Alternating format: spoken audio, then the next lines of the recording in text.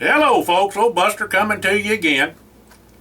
This is the last of the marathon that I'm reading these stories that was recorded. And I just want to tell you, name of this story is Punkin Unkin. Now me and Lulu got some good friends. Steve and Sandra June. And her folks was named Unkin. And that's how we got the idea of this story. Punkin Unkin. I better as well say hello and Merry Christmas to them anyhow. They had come to visit us, and that's where I got this idea for this story. Punkin Unkin. Buster and the boys was sci-fiing downtown when they run across old Albert Weatherby. Well, Albert asked the boys where they was going, and Hired piped up and said over to Fisher's Cafe. Well, what you gonna eat? Asked Albert. Don't rightly know, says Walter, but Buster is a hankering for something real good. Well, Albert asked Buster if he wanted some she-shy shickalo cheese or some she-shy shickalo chicken. Well, Buster, knowing that Albert was good to funnin', told him he reckoned he was going to get some wings and fried chicken necks to suck on. Well, old Albert just took to cackling over that for sure and slapping Buster on the back. Well, Albert said they ought to hate on over the Fishers, and he'd buy if and Jesse could throw his a nickel closer to the line in the sidewalk than he could. Well, the boys took Albert up on his and bet, but Albert said to toss his a nickel first. Deal, said Albert. Albert was known to be right good at tossing nickels or silver dollars or whatever he had, washers, horseshoes, but a bet was a bet. Well, Albert tossed his a nickel and it landed about an inch from the line, and Albert asked the boys if they wanted to pay up now just to grin it. Well, not right yet, says Buster. Give her a toss, says Hired. Well, Jesse's nickel landed a bit back of Albert's and then skipped like a flat rock on the water. That nickel landed on Albert's nickel and then slid just past Albert's nickel, leaning over the side nearest the line. Now, don't that beat all, says Albert. First time I've been beat in quite a spell. Well, boys, you won fair and square, so let's get us some victuals. What you boys a hankering for? Asked Albert. Steak and all the trimming, says Buster, and an ice cream banana split for dessert. Well, all the boys agreed to that and went to a howling. Albert took to a running, yelling that the last one in the cafe had to buy the RCs. Well, after eating their fill and visiting with Albert for a spell, they lit on out over to Big Mike Young's place to see what he was a-doing. When they got there, Shiner and Tap was a-playing marbles in the yard. Well, Big Mike says he was going to go over to Punkin Unkin's pumpkin patch to see about a pumpkin for his and Ma to make a pumpkin pie for Sunday dinner after church. Well, when all the boys got there by way of Hickey Road, Punkin Unkin was fit to be tied, I tell you. You see, old Punkin Unkin raised giant pumpkins, I guess you call. I was going to say, whatever, biggins. And when he was coming down across the Highline Road with his giant pumpkin for the county fair, he heard a shot and pert near parted his in the hair, and he didn't have much of that to spare, you know. Seems old man Hickey figured on getting his himself a moose, and Punkin's prize pumpkin had a right smart of a stem sticking out of it when he come on out on the Highline Road. Well, folks, I'm sorry. I'm not a professional, and I get tongue-tied and tickled and thinking about all this stuff. I know these people, I know these places. I was there. You never seen such hair on a cat, I'm telling you. I'm telling you this all based on truth. Now, old man Hickey was near about blind, so he mistook that there stem on Punkin's prize pumpkin for a moose antler. So old man Hickey pulled out his and 500 Smith & Wesson pistol and fired off a round to get his and moose. Of course, there wasn't no moose, but he sure enough blasted Punkin Unkin's prize pumpkin. Wasn't enough of that pumpkin for a pie. Good gosh. Big Mike asking if he had a pumpkin he could get for his and Ma, and Punkin said he sure enough did, and to just pick him out one. Oh, Lord, folks. Old man Hickey had a heck of a pumpkin patch, too. Fact is, all you boys get your Ma one, too. The boys all said they appreciated it and went to picking out pumpkins for their ma's.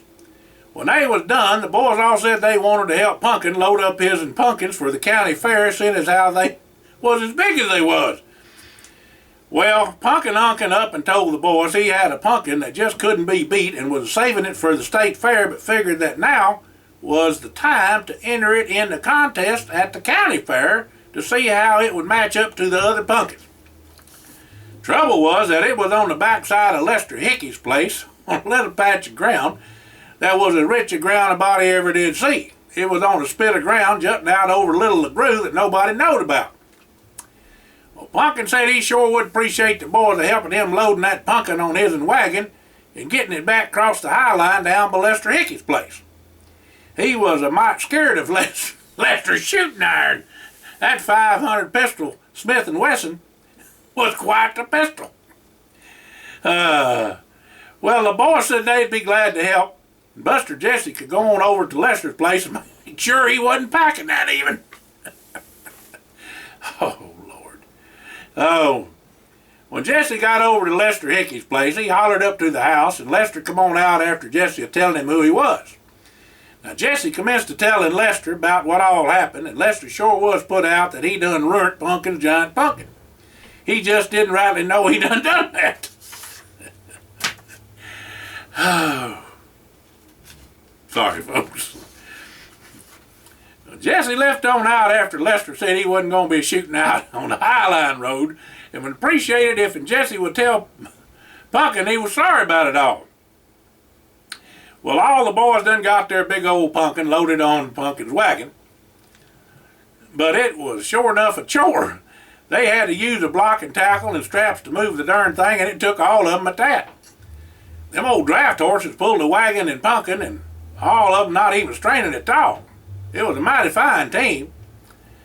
After all was said and done, Punkin got his and giant pumpkin in the county fair contest, and his and Punkin come in second place. Old Punkin was pert near bawling, but he did get a blue ribbon for the purtiest pumpkin, though. Wasn't long after that, Lester Hickey was eating at the Hoodow Cafe when his nephew brung him to town. The boys just happened to drop in for a piece of pie and coffee and milk when in walked Punkin. The boys hollered over to Punkin to join him and Lester heard him say hello to Punkin.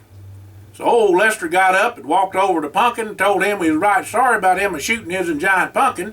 He wanted to make it up to him. Punkin was a man about it all and told Lester just to forget about it.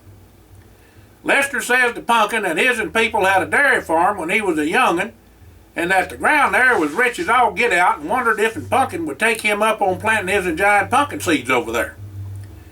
Punkin says to Lester that he sure enough would take him up on his and offer, and they could give it a whirl.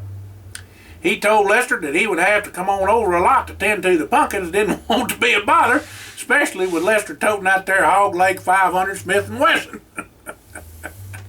Well, Lester just grinned and told Punkin to come on and just holler out if he didn't see him around the place. Well, Punkin took some of his and giant pumpkin seeds he saved from the pumpkin that Lester shot and planted them at Lester's old dairy barn. When Punkin wasn't around, Lester kept one eye open for any critter or man that would bother that pumpkin. None did. It come on to harvest time, and Punkin come to load up their giant pumpkin of his'n at Lester's. Well, Lester had all of his and kin there to load the pumpkin for Punkin, and they headed straight to the state fairgrounds in Little Rock. Punkin took 3 of his and pumpkins he planted, because he didn't know which one was the heaviest. Well, all the boys was at the fair, and when they heard the weigh-in and judging was begin, they hightailed it on over there. Well, old Punkin was up next when they got there, and them there 3 pumpkins of his'n was a sight to behold, I tell you. Now, the heaviest pumpkin recorded weighs 1,194.49 kilograms, which comes out to English to 2,624.6 pounds, and was growed by a feller named Matthias Williams or something like that from Belgium, and authenticated by the Great Punkin Commonwealth in Ludwigsburg, Germany. It's the Guinness World Record. Well, now, Punkin's first pumpkin weighed in at 2,625.2 pounds, and the crowd just went plumb bonkers and it broke the world record. But that ain't all of it, or the rest of the story, as Paul Harvey says. The second punkin of Punkin's Three Pumpkins weighed in at 2,647.1 pounds. Then the third punkin of Pumpkins weighed in, and it come in at a whopping 2,777.7 pounds. All three of Pumpkins broke the world record for pumpkins. Now, old Punkin was a grinning to beat the band and a hooping and a hollering and jumping as proud as punch. The weights was certified, and the Guinness fellers from over in England, now that's not England, come to have their picture took. Well, Punkin told them all to just wait a minute and called up Lester to be with him when the picture was took for the record books. Now, old Lester turned as red as a beet, I tell you, and said he didn't do nothing. But Punkin told the crowd and reporters that ain't nobody ever had three pumpkins beat the world record at one time, and if it wasn't for Lester, he couldn't have done it. Well, everybody was a-cheering when Punkin and Lester just eyeballed each other and asked for all the boys to come up and have their picture took with him and Lester.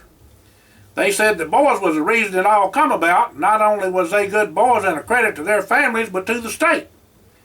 Of course, all the boys folks seen it all, and they was proud as a peacock for the boys. Well, after all was said and done, Lester had a big old party over to his place and told them all that he stayed by his himself, and it was a right lonely for him for most part. He was sure enough glad that he done shot that there Punkin of Pumpkins, because he now had friends that was like family, and they sure enough could come around any time. Well, everybody there said they wouldn't be strangers and welcome Lester any time too at their place. "Let's eat," said Lester. "We got Punkin Unkins, pumpkin for pumpkin pie."